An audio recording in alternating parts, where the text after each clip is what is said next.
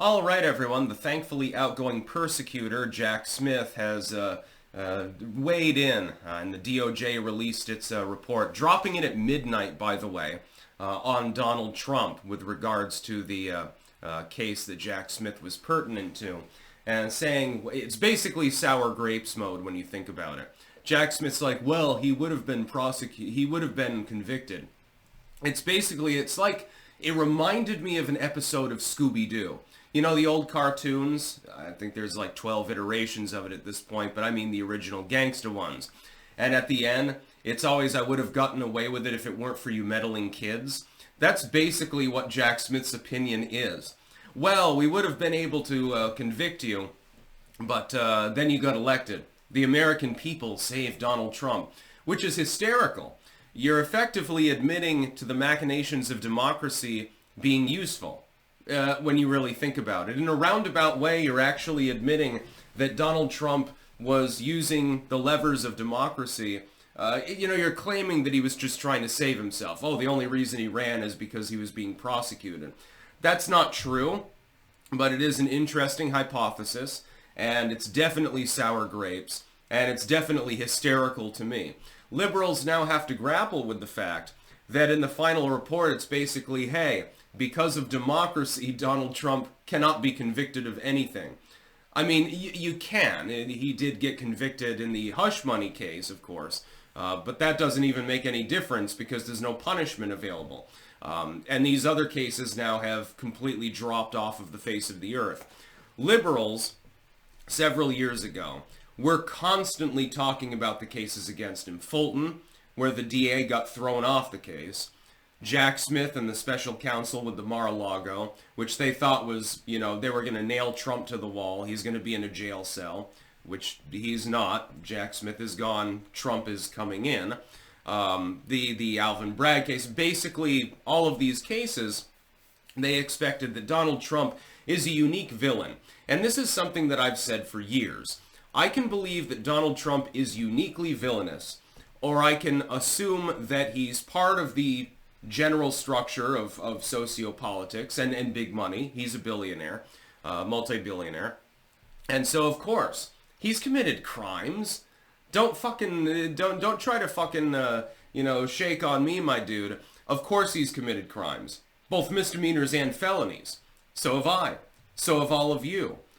Show me the man and I'll show you the crime. It's about differential enforcement. When he stepped out of line, that's when the hammer fell. They dropped the hammer when he decided, hey, I'm on the older side. I genuinely want people to like me.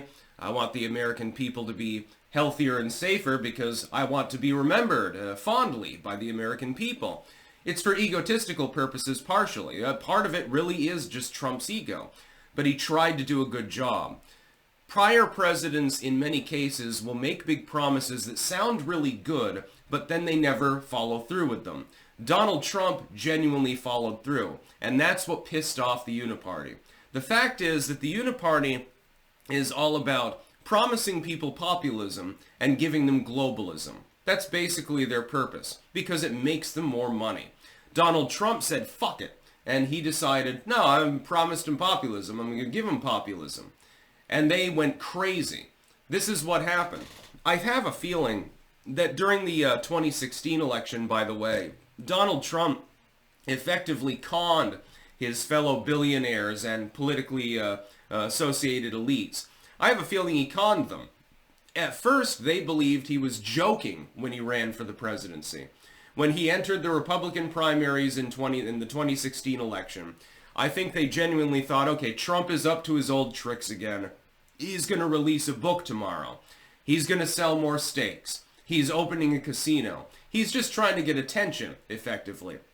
When he came in second in Iowa to Ted Cruz, they breathed a sigh of relief and said, oh, Donald, he'll drop out now, right? Right, guys? And then he didn't drop out. The problem is that it was too far gone by Super Tuesday and he had run well ahead of the rest of the pack and they couldn't stop him anymore.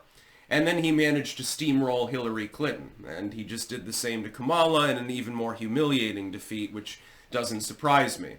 The Democrats then chose the worst possible person to be president of the United States, namely a geriatric patient who can't even choose his own goddamn socks, trips over sandbags randomly, and over sand, and over his bike, and up the stairs, thankfully never down the stairs, and is fucking crazy.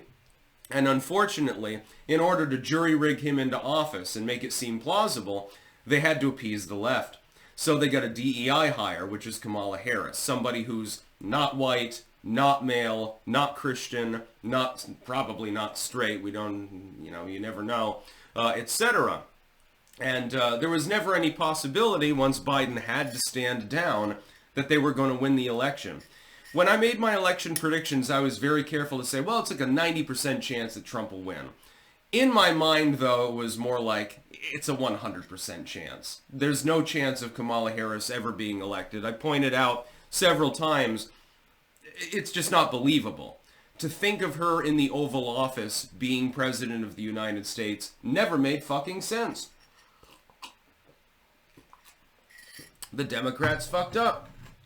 And now they have to suffer the consequences. Jack Smith's outgoing parting shot, though, is basically just a sour grapes appraisal of the situation. I would have gotten away with it if it weren't for you meddling kids. That's basically the long and short of it. You could sum it up in that one sentence. Literally, Jack Smith, I guess he's Shaggy. He's one of the villains from Scooby-Doo, of which there were many, by the way. By the way, the Scooby-Doo movies, the first ones, very good. Link in the description, archived, of course. He's rambling about this, and the DOJ is rambling about this. They decided to drop this report to try to attack Trump. But it's not going to do anything. Nobody gives a shit. Effectively, it's, he would have gotten convicted. Well, yeah, but the American people decided no. They put their foot down and they said enough is enough.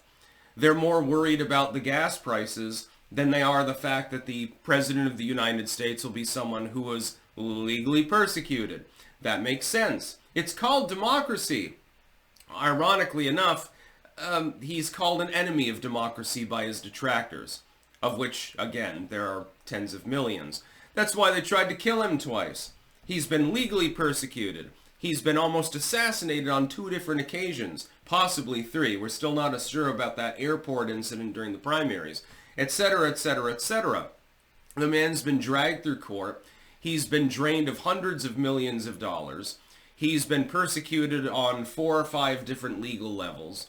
He's had his family ridiculed. He had leftoids saying that his underage son should be locked in a cage with pedophiles. Quite literally.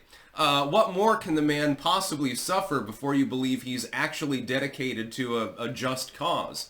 If the system, which we know is corrupt, hates a person that fucking much, that person cannot be all bad.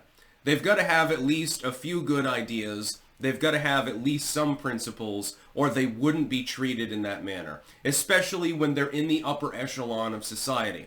When you get to multi-billion-dollar status, and you're rubbing elbows with politicians and banksters and people like that, and you still get thrown under the bus, there's probably a reason. Eric Adams is another one that comes to mind, by the way. Rudy Giuliani is another one. Roger Stone.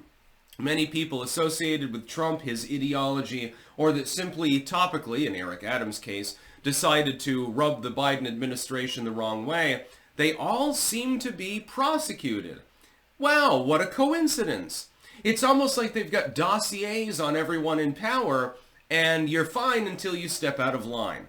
And then the hammer drops. That's exactly how it happens. That's about all. Peace out.